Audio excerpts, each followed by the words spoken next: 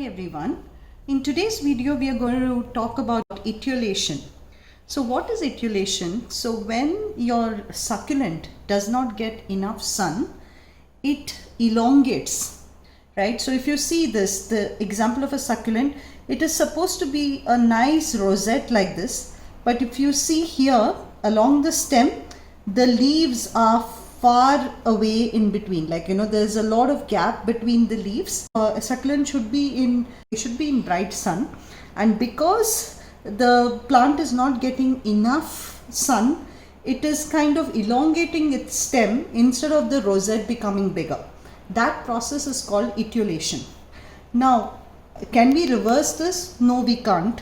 Okay, so for instance, these will not go back to becoming rosettes. But what we can do is, if you have a succulent like this, you can potentially grow these into different plants. You can make the best of the situation and you can grow each of these into different plants. Today I'm going to show you how you can use succulent leaves to make new succulents. Right? Now what you need to do is slowly twist the leaf. You just kind of rotate it back and forth and slowly twist it, okay, so that it doesn't damage the leaf. So okay, so these are okay, so I'm going to leave these top leaves this way. Now the next step, cut this and make this into different plants, and I'm going to show you how that is to be done. So now that you have this succulent and the leaves, the additional etiolated leaves have all gone, you can cut the stem up to a point. Okay. Now, in an ideal situation, what I would have done is I would have let this dry for a couple of days. That process is called callusing. Okay. So your stem should form a dry callus. And if you just let it dry, it will callus in a couple of days, and that's ideally when you should be planting it. But now for this video, I just want to show you how you need to plant this part. So this is the first part. This is the first way of propagating. I'm going to plant this entire stem into succulent soil. Just dig a hole and plant this.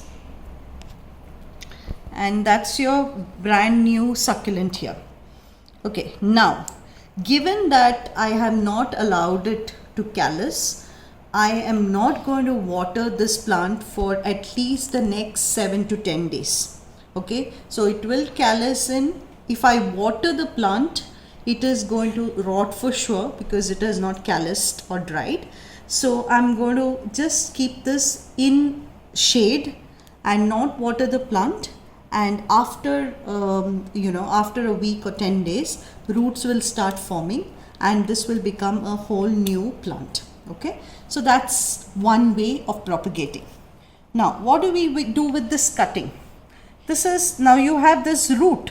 You can potentially even cut this or keep the whole thing, but I would chop this till this point and put this root inside the soil, and this will become a new plant.